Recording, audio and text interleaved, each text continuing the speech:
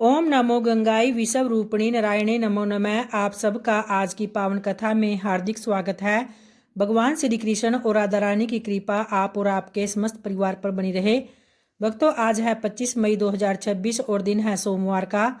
तो आज है ज्येष्ठ मास अर्थात अधिक मास का पावन गंगा दशहरा। तो आप सभी भक्तों को गंगा दशहरा के पावन पर्व की हार्दिक शुभकामनाएं। हिंदू पंचांग के अनुसार यह त्यौहार हर साल ज्येष्ठ मास के शुक्ल पक्ष की 10वीं तिथि को मनाया जाता है, क्योंकि इसी दिन मां गंगा का स्वर्ग से धरती पर अवतरण हुआ था। दशहरा का अर्थ है 10 प्रकार के पापों का हरण करना। तो इसी दिन भक्त गंगा में स्नान करके अनेक पापों से मुक्ति पाता है और इस दिन भक्त गंगा नदी में स्नान, दान तथा पूजा पाठ करते हैं, जिससे कि यह दिन बहुत ही पुण्यदायी बन जाता है। तो पुरुषोत्तम मास की कथा को प्रारंभ करने से पहले आइए आज मां गंगा की पुरानी कथा को सुनते हैं। पुरानी कथा के अनुसार जब श्री रामचंद्र जी के पूर्वज चक्रवर्ती महाराज सगर की दो रानियां थी, तो एक का नाम केसनी था और दूसरी का सुमति। केसनी से असमंजस नामक पुत्र का जन्म हुआ, जबकि सुमति से 60,000 पुत्र उत्पन्न हुए। असमंजस के पुत्र का नाम अंशुमान था, जो धर्मपरायण, विनम्र और देवताओं तथा गुरुओं का सम्मान करने वाले थे। फिर महाराज सगर के अधिकांश अहंकारी और अत्याचारी स्वभाव के पुत्र हुए। उनके व्यवहार से स्वयं देवता भी दुखी रहा करते थे और असमंजस के दुष्ट आचरण से व्यतीत होकर एक दिन जब राजा सगर ने उन्हें राज्य से निष्कासित कर दिया और एक समय महाराज सगर ने भव्य अश्वमेध यज्ञ का आयोजन किया, तो यज्ञ का घोड़ा पृथ्वी पर उस समय विचरण कर रहा था। तभी देवराज इंद्र उसे चुरा कर पाताल लोक में ले गए और कपिल मुनि के आश्रम में घोड़े को बांध दिया। उस समय कपिल मुनि गहन तपस्या में लीन थे और उन्हें इस घटना का कोई भी ज्ञान नहीं था। फिर यज्ञ का घोड़ा खोजते खोजते सगर के 60,000 पुत्र पूरी पृथ्वी पर भटकते रहे और जब उन्हें घोड़ा नहीं मिला तो उन्होंने पृथ्वी से पाताल तक मार्ग खोज डाला। आखिरकार वो कपिल मुनि के आश्रम में जा पहुंचे और वहां घोड़ा बंधा देखकर उन्होंने बिना विचार किए मुनि को ही चोर समझ लिया और क्रोध में उनके ऊपर आक्रमण करने दौड़ पड़े। तो तपस्या में विघ्न पड़ने पर कपिल मुनि ने जैसे ही नेत्र खोले तो उनके तेज से सगर के सभी 60,000 पुत्र तत्काल भस्म हो गए और पुत्रों की मुक्ति के लिए राजा सगर के वंशज भागीरथ ने कठोर तपस्या की। तो उनकी तपस्या से प्रसन्न होकर भगवान ब्रह्मा ने गंगा को धरती पर भेजने का वचन दिया, लेकिन ब्रह्मा जी ने कहा कि गंगा का वेग अत्यंत प्रचंड है और उसे धारण करने की शक्ति केवल भगवान शिव में ही है। तो ऐसे में भोलेनाथ से इस समस्या के समाधान की विनती की। इसके बाद फिर भोलेनाथ ने अपनी जटाओं में गंगा जी को धारण कर लिया और फिर अपनी एक जटा से उन्हें पृथ्वी की ओर प्रवाहित किया। तो इस प्रकार मां गंगा का पृथ्वी पर अवतरण हुआ और आगे आगे भागीरथ का रथ चल रहा था और पीछे पीछे पवित्र गंगा प्रवाहित हो रही थी। तो उस समय यात्रा के दौरान गंगा का प्रवाह ऋषि जन्नू के आश्रम से होकर गुजरा और वेग इतना तीव्र था कि आश्रम की वस्तुएं तक बहने लगी। फिर क्रोधित होकर ऋषि जन्नू ने गंगा नदी को भी पी लिया। जब भागीरथ ने पीछे मुड़कर देखा और गंगा को नहीं पाया, तब वे ऋषि के आश्रम में जा पहुंचे और विनम्रता पूर्वक प्रार्थना करने लगे कि उनकी प्रार्थना से प्रसन्न होकर ऋषि जन्नू ने गंगा को अपने दाहिने कान से पुनः प्रकट किया और तभी से गंगा जाह्नवी नाम से प्रसिद्ध हुई। आखिरकार मां भागीरथी गंगा कपिल मुनि के आश्रम पहुंची और जहां सगर के 60,000 पुत्रों की भस्म पड़ी थी, गंगा जल का स्पर्श मिलते ही वे सभी दिव्य स्वरूप धारण कर स्वर्गलोक को प्रस्थान कर गए। तो इसी कारण गंगा को मोक्षदायिनी और पवित्रता की प्रतीक भी माना जाता है। जय श्री कृष्णा। और आइए आप पुरुषोत्तम मास महात्म्य के 9वें अध्याय को प्रारंभ करते हैं। सूत जी कहते हैं कि मेधावी ऋषि की कन्या अपने पिता के निधन के बाद फिर अत्यंत दुख और अकेलेपन में जीवन व्यतीत कर रही थी और उसका हृदय शोक से भरा हुआ था। वह न तो केवल माता पिता से वीन थी बल्कि अपने भविष्य को लेकर भी चिंतित रहा करती थी। वह कन्या एक सूनी हिरणी की तरह भयभीत और असहाय होकर अपने घर में रहती थी और उसके नेत्र आंसुओं से भरे रहते, हृदय दुख की अग्नि में जलता रहता और हर क्षण वह अपने जीवन का कोई मार्ग नहीं देख पाती थी। उसके मन में सबसे बड़ा दुख यही था कि उसका विवाह नहीं हुआ और अब वह उसके जीवन का क्या होगा, यह चिंता उसे भीतर ही भीतर तोड़ रही थी। उसी समय उसके दुख को दूर करने के लिए दिव्य संयोग से महान तपस्वी दुर्वासा ऋषि वहां पर पधारे और वे अत्यंत तेजस्वी, क्रोधी किंतु कृपालु मुनि थे, जिनकी महिमा स्वयं देवताओं तक में प्रसिद्ध थी। तो उन्हें देखकर कन्या के मन में आस्था की किरण जागी। कन्या ने फिर अत्यंत श्रद्धा और विनम्रता से दुर्वासा ऋषि का स्वागत किया। अर्घ्यपाद्या और वन में उपलब्ध जो भी फल फूल से उनकी पूजा की। उसने उन्हें प्रणाम करते हुए कहा कि आज उसका जीवन धन्य हो गया क्योंकि एक महान संत उसके द्वार पर पधारे हैं। उसने यह भी कहा कि शायद उसके पिता के पुण्यों के कारण ही यह सौभाग्य उसे प्राप्त हुआ है।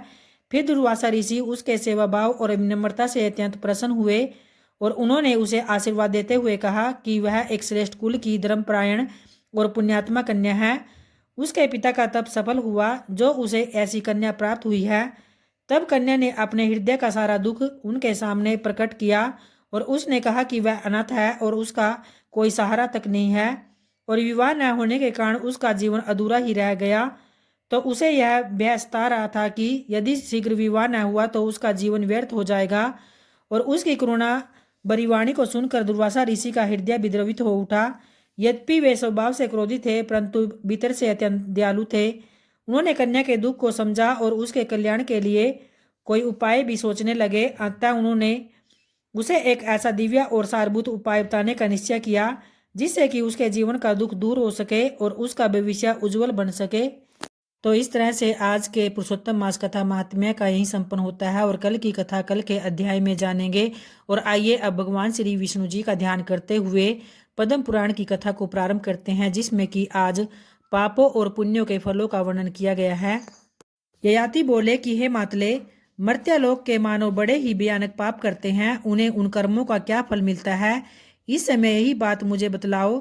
तो इस पर मातली ने कहा कि हे राजन, जो लोग वेदों की निंदा और वेदोक्त सदाचारण की ग्रहणा करते हैं तथा जो अपने कुल के आचरण का त्याग करके दूसरों का आचार ग्रहण करते हैं, जो सब साधुओं को पीड़ा देते हैं, वे सब पातकी हैं। तथा वेता पुरुषों ने इस दुष्कर्मों को पातक नाम दिया है। जो माता पिता की निंदा करते, बहन को सदा मारते हैं और उनकी ग्रहणा करते हैं, उनका यह कार्य निश्चय ही पातक है।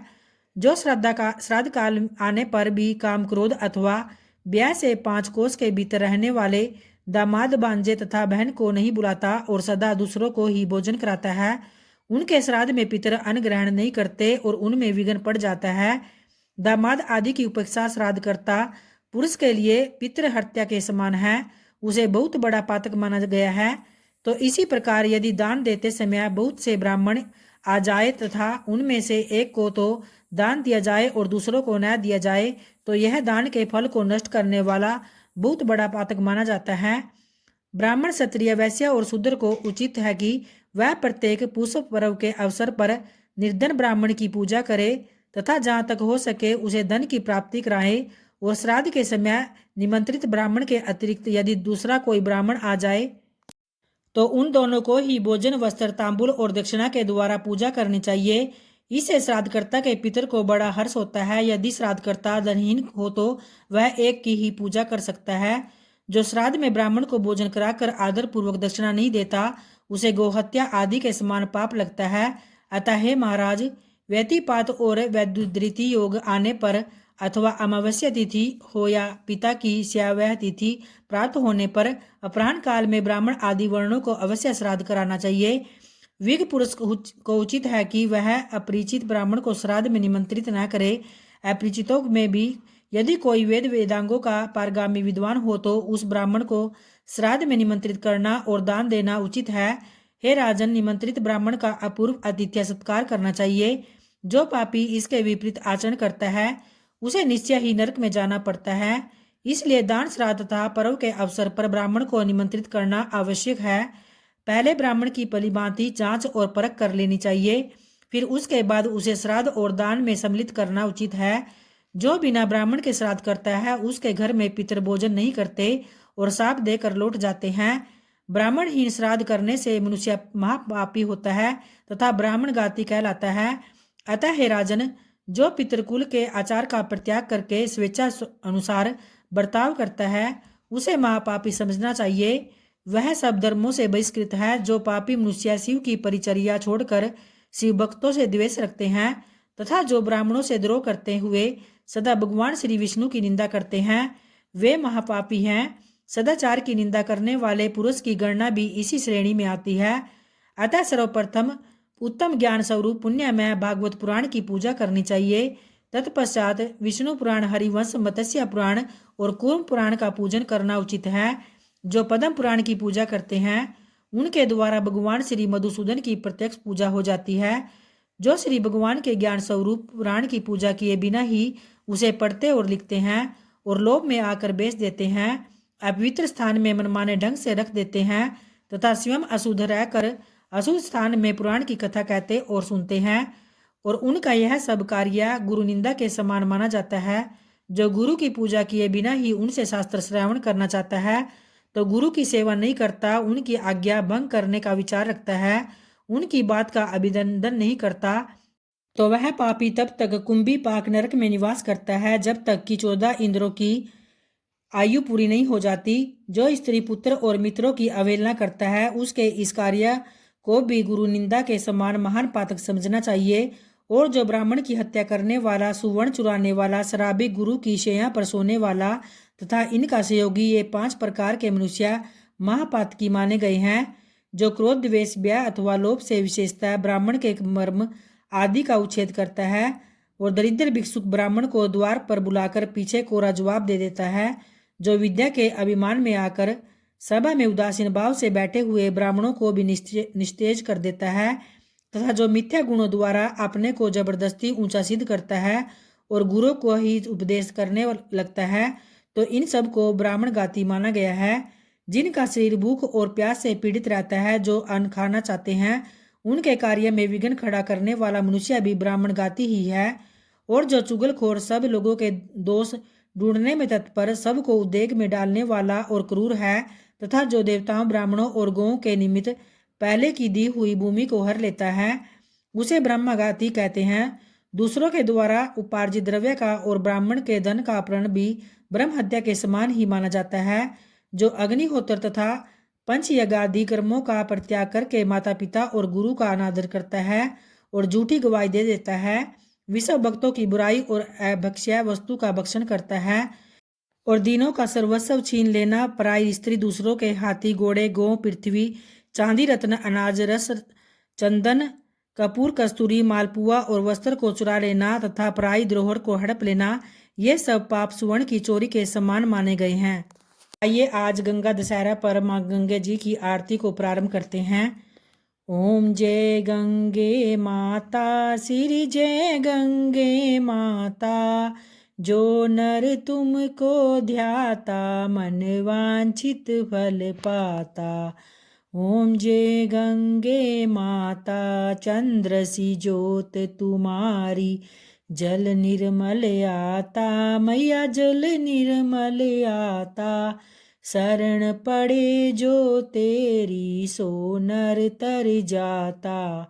ओम जय गंगे माता, पुत्र सगर के तारे, सब जग को ज्ञाता, मैया सब जग को ज्ञाता। कृपा दृष्टि तुम्हारी, कृपा दृष्टि तुम्हारी, त्रिभुवन सुखदाता। ओम जय गंगे माता, एक ही बार जो तेरी शरणागति आता, मैया शरणागति आता। यम की त्रास मिटा कर परम गति पाता। ओम जय गंगे माता, आरती मात तुम्हारी, जो जन नित्य गाता, मैया जो जन नित्य गाता।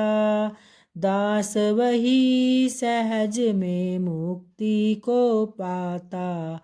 ओम जय गंगे माता, श्री गंगे जय की आरती जो कोई नर गावे, मैया जो कोई जन गावे, मन वांछित फल पाता। जय जय गंगे माता, ओम जय गंगे माता, मैया जय गंगे माता। जय गंगा मैया की, जय विष्णु भगवान जी की, जय भोलेनाथ की।